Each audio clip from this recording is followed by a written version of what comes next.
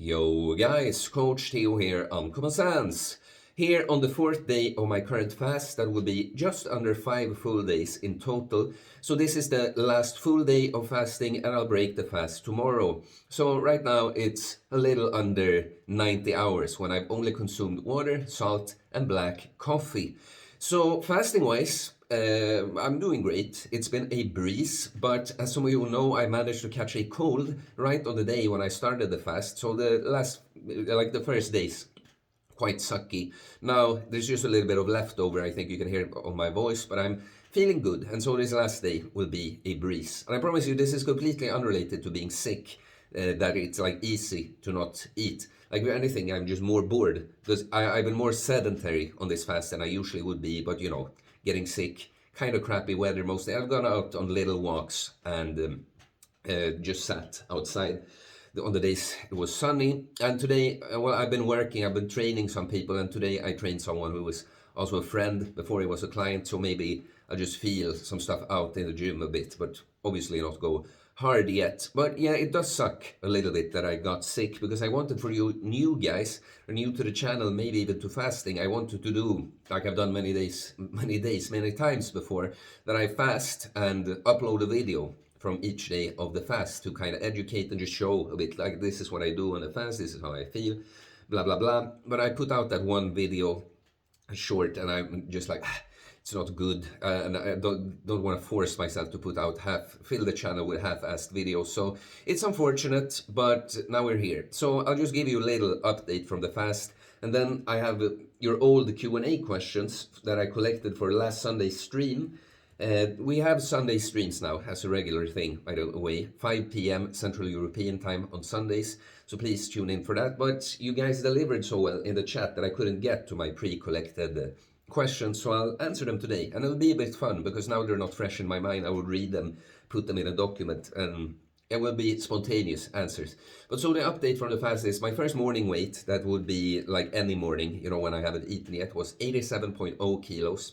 Second day, 85.5. It was down to like, I think 84.6 even yesterday, and today just above 84, like 84.1 or 2, something like that. So yeah, that's it for the fast. I'm really doing a lot better. Cold almost over, and anything that's been a struggle these last few days has not been from the fasting at all. It's catching a cold. A bit unfortunate timing, but again, in a sense, kind of good timing because I wouldn't have been able to train anyway. Might as well fast.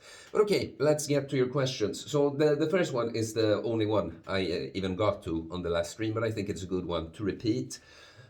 One question as a new subscriber: why is your channel called Uncommon Sense?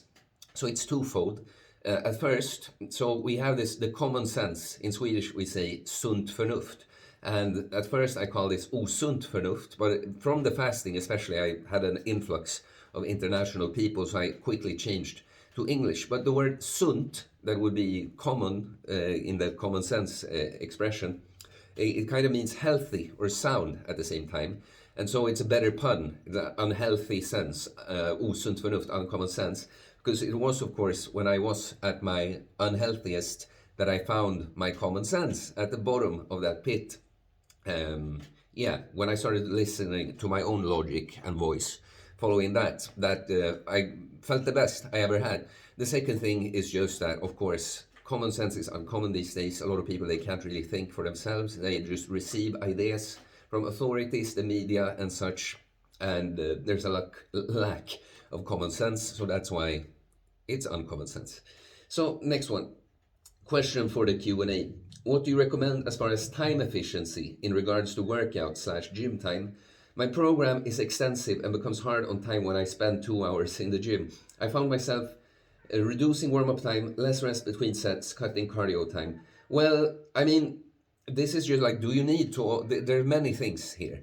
So, yeah. I'm taking care of the cats and my parents' cats, and of course they need to be loud when I record a video. But yeah, so like, look, I would have to know more about this guy.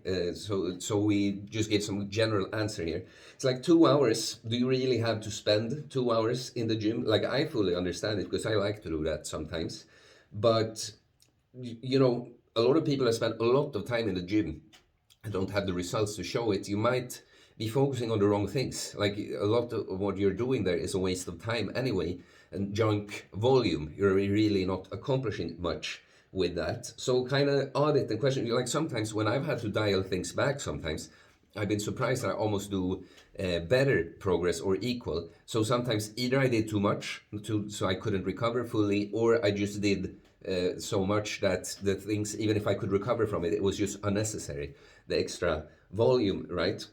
But one way to cut down time in the gym are supersets. So I generally don't like supersets because if you go from two huge movements, even if they're antagonistic muscle groups, go from one exercise right to the other, you're going to have some central fatigue. And it's going to take away a little bit of your performance.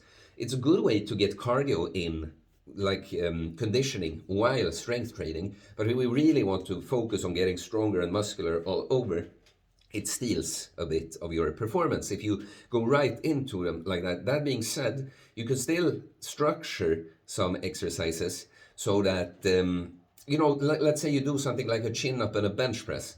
You don't have to rush between the two, but you can take just a minute of rest and then go into the other exercise, and then your central recovery will be good enough, and now you're going to use muscles that haven't worked as recent anyway. So you see, you can structure supersets. I wouldn't just recommend doing it too fast, because then it's going to take away a bit from the performance. But other than that, just audit. Like a lot of people, so many people, they go way more often to the gym than they would need to. Like I go every day because I enjoy it and I'm quite advanced at this point. But a lot of people, they would find that if they understood programming, exercise selection, volume, intensity, frequency, they could spend less time in the gym and get more done. And that's, of course, something I often do for clients, just optimize their program like that.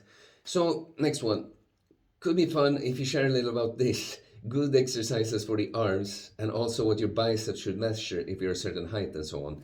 So I'm not the one to say what your biceps should measure if you're a certain height.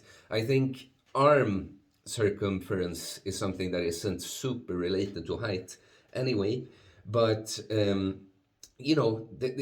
make up a standard. The last time I measured my arms, they were 16.3 inches, 41 and a half centimeters. And, I don't know. I honestly don't know what to say about standards for that. I know more is possible, but I would say when you get above 15-inch arms lean, so 38 centimeters or whatever that is exactly, that's gonna you're gonna be way ahead of the general population. Then of course we want to max out.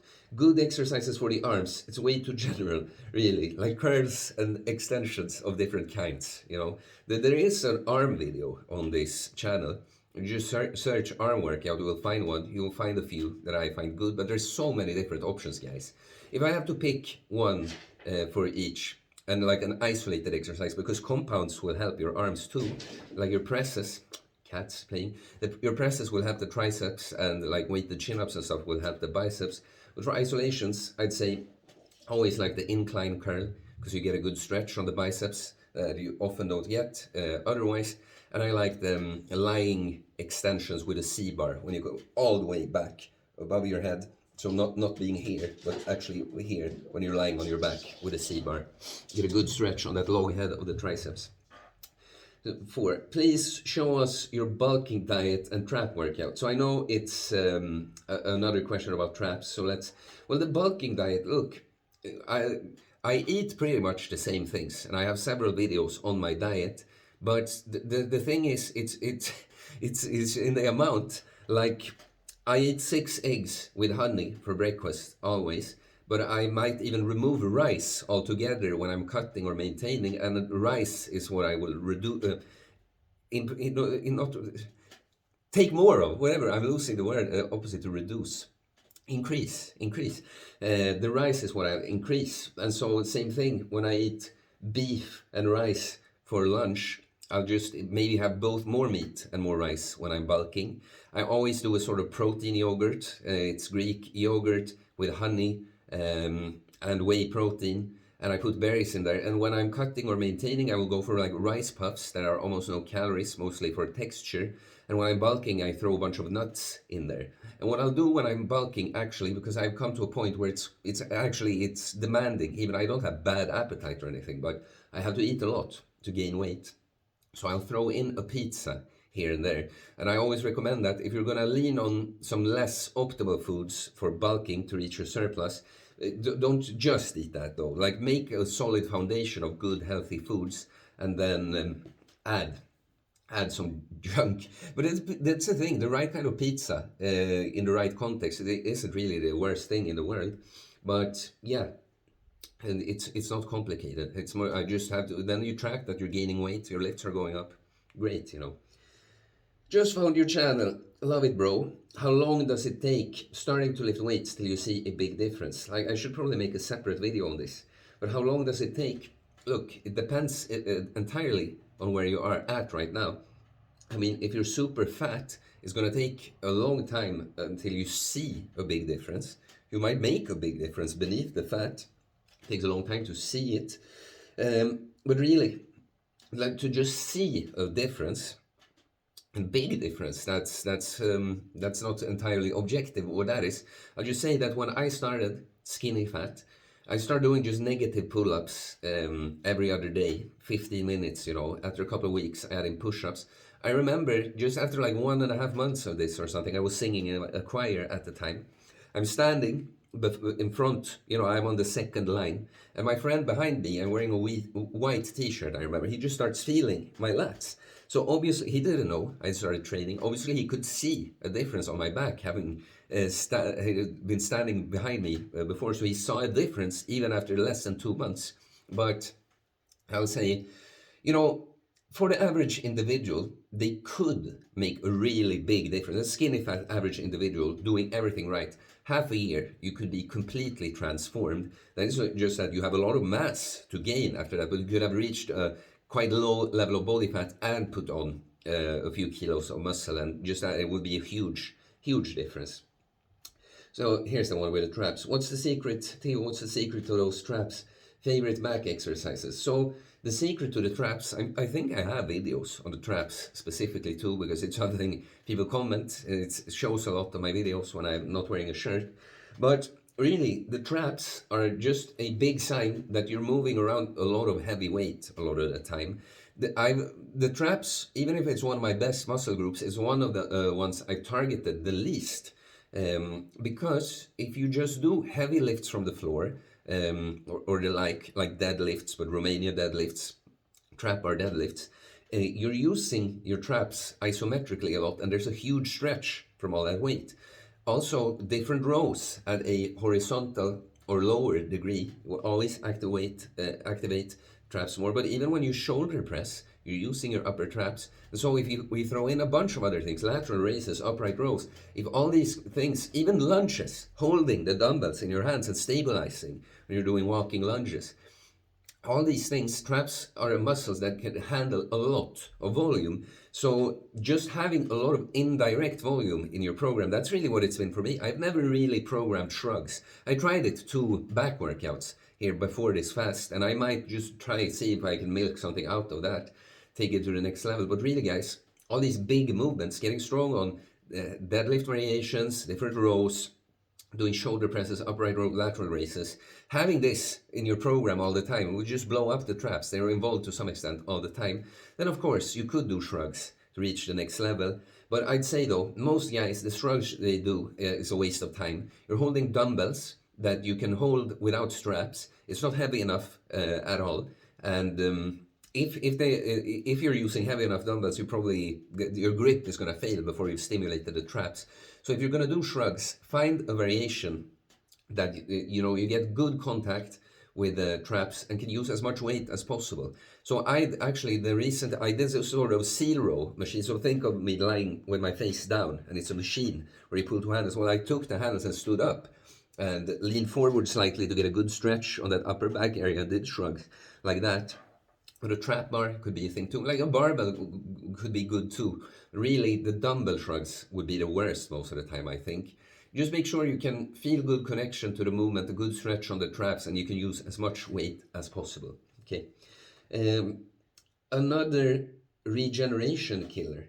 I'm not sure what generation killer maybe means. What's your attitude to alcohol? Do you personally drink alcohol? I don't know what it's like in Sweden, but here in Austria, almost everyone drinks a lot. Giving it up for 2 months, about 2 months to improve my fitness. Unfortunately, I'm now a misfit. Haha. Well, my attitude to alcohol is I'm never black and white. There's always a right amount of everything. It depends on the individual, and also many times it's not what the average person drinks. I still think is too much here. So my attitude to it is like I barely drink at all. I used to multiple times per week, just get hammered, of course. Now I barely drink. If I do it way less, like 1 or 2 units, and almost exclusively like sparkling wine, maybe not some other like red wine with a steak or something, and hard liquor. I like the schnapps on our holidays here in Sweden with a herring. I could go for a whiskey or vodka, but this is, I don't even remember the last 8 months since the last time now. And at like a very special occasion, I would drink a bit more, still way less than I used to. And it's like when you get more comfortable in your skin, you don't need alcohol to relax. Like, yeah, it feels good, it's a little fun, but the price is too high. Both the immediate price of you're feeling like shit tomorrow, but it's really a socially acceptable hard drug. So then, if some people would find their balance on a slightly higher consumption than I do, I think that's all right. You know, like I know a couple, I train an older couple, and they don't drink much, but on the Friday they want to kind of share a bottle of wine. Maybe sometimes it's a little more, or maybe even on the Saturday too, you know. But they even consulted me, you know, they trained with me, they're eating a decent diet, they go out on walks in nature together, you know. If this is that's when I feel like sometimes something that could be a net negative on the paper, like oh, half a bottle of wine, it damages you. Well, maybe it makes you relax from other stresses in your life, so it's a net win like there. But you gotta be honest. A lot of people that say, oh, I just drink on the weekends, I don't drink that much, because they know someone that's worse. But their consumption, if they look at it objectively without comparing to others, it's not good. Probably should do a video on alcohol as well. Do you do intermittent fasting at the moment? Do you still do any sort of periodic fasting? Well, that's the same thing. I don't like, since I do the long fast, it feels ridiculous to think of eating every day as fasting whatsoever. So I will call it intermittent fasting because that's how people know it, but I prefer to think of it as time restricted eating, that you just have rules for when you eat and when you don't in a day. So yeah, I have a baseline of 16:8 that I fast for 16 hours or not eat for 16 hours and have an 8 hour eating window, usually 3 meals in there. But when I cut or maintain, I might reduce that to 2 meals in a slightly shorter window. When I bulk, I open it up for a fourth meal every now and then. It's not every day. So it's a template. What I like about the thing like intermittent fasting or everything is that you're super strict when you get into it to get used to it. And then you can add in some flexibility. Because, of course, if you do 16:8, if there's like 2 times of the week where it was like, oh, it was 12 hours eating window, it doesn't matter. And it will just you will exclude yourself for a lot of social things if you never ever go outside it. So yeah, I do time restricted eating. I have a sort of foundation base structure that I follow, but I'm not rigid about it, and I will follow it most of the time that way. Love your stuff. Just a question. If your endogenous testosterone drops when you are in your 50s or 60s, would you take TRT? So, first of all, I don't think it will drop. Like, of course, it'll probably drop something, but you gotta realize when we're watching all these, oh, testosterone starts to drop when you're older. It's like, no, that happens easier, but it's a poor lifestyle over time that makes it drop so radically that you'd even consider TRT steroids that are called therapy, really. So two things. If you put on muscle when you're young, which you can do when you're older, but you put on, it will be easier to hold on to, even if your testosterone declined a bit. But I just don't think it will. If you keep a healthy lifestyle, moving, nature, sunlight, good sleep, good training, good exercise, good diet, it's not going to drop that much. And even if it did, no. Like I'm just I feel like for me to want to do that, I've really given up. Like it's like I don't have anything in my life. I'll just build more muscle. I have some fun with that because I don't have anything else. But no, don't want to ruin my health, my balls, get dependent on external testosterone just because I'm a bit older. What are you dumbbell lateral raising, bro? I'm thinking if this question comes from me having quite developed delts, like delts and traps probably.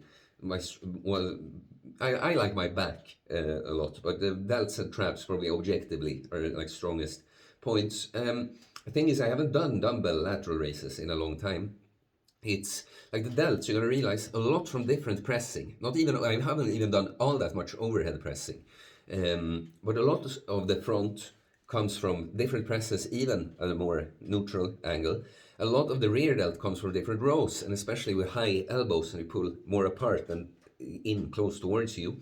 And the mid delt is going to get some stimulus from that, but I think the mid delt is the most important thing to hammer outside of that, with things like lateral raises and upright rows.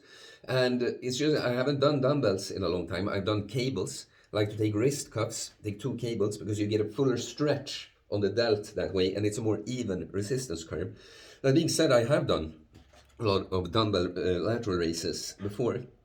Thing is though, if you just ask the weight I do, you're not asking about the form at all, because I could probably at this point, if I just go by memory, but I could probably take 8 kilo dumbbells and be super strict and get my delts to burn a lot that way. I could also probably go up to like 15 kilos and swing them a bit and just control the negative more. It would have a similar effect. So what I'll say as more of a useful answer than just say a weight I've used for that is that you have to go really intense, whether you use a strict or cheat day form. This is an exercise I think you should take beyond the failure a lot. Like, don't if you do it strict, don't stop just because you can't go all the way. Rep out partial reps and stuff like that. But really, you have to pick a form and stick with it and progress with that in that way. I hope that makes sense. One thing I noticed in your earlier videos, your voice was less deep. Do you think lifting has contributed to this? Quite a change in 4 years. So, I don't think my voice was less deep. I just think I'm more used to speaking to the camera now. And, well, what I will say though, it might be slightly deeper, but I have a singing background, so I happen to know some things about the voice. One thing is that men's voices gradually get lower, like very slowly, but until a certain age when we're quite old men, and then it starts going, you think, oh, the old man, you know.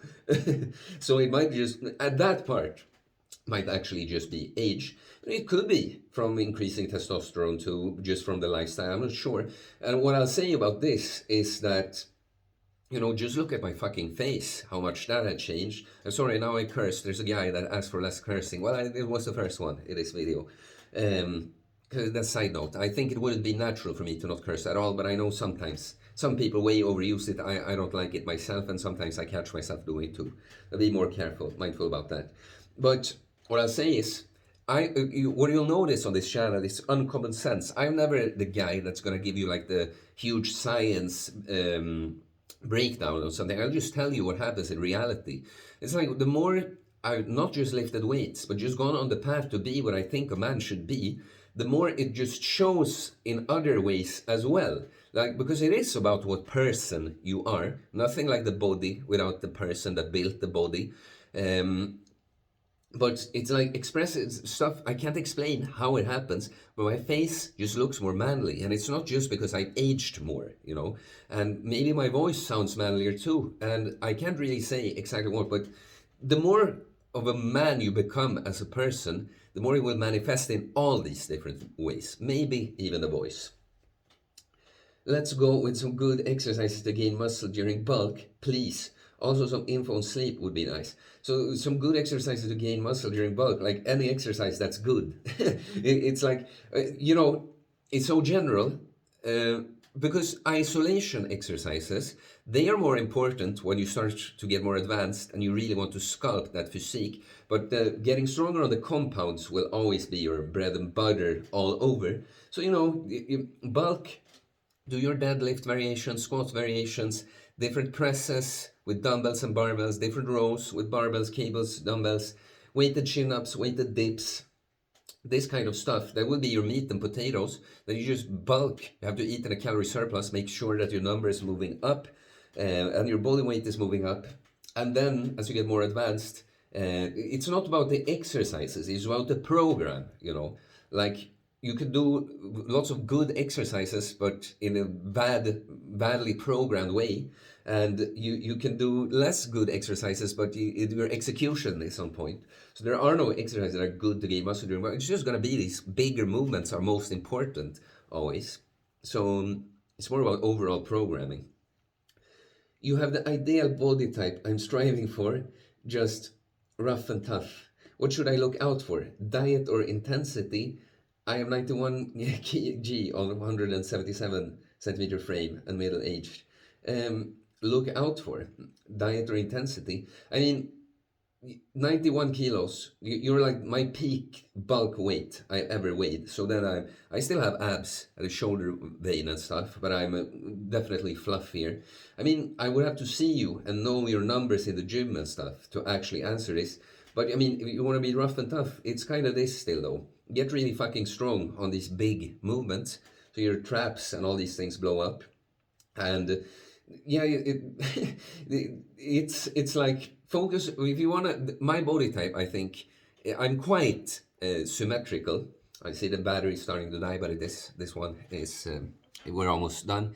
The yoke, I think I have a pretty symmetrical physique, but I think what makes me look the big like I do is I focus a lot on the upper chest, incline bench over the flat bench. Focus a lot on the rounding the delts with these, apart from all the presses and rows, hammering mid delts with high intensity with lateral raises, dumbbells or cables, and upright rows.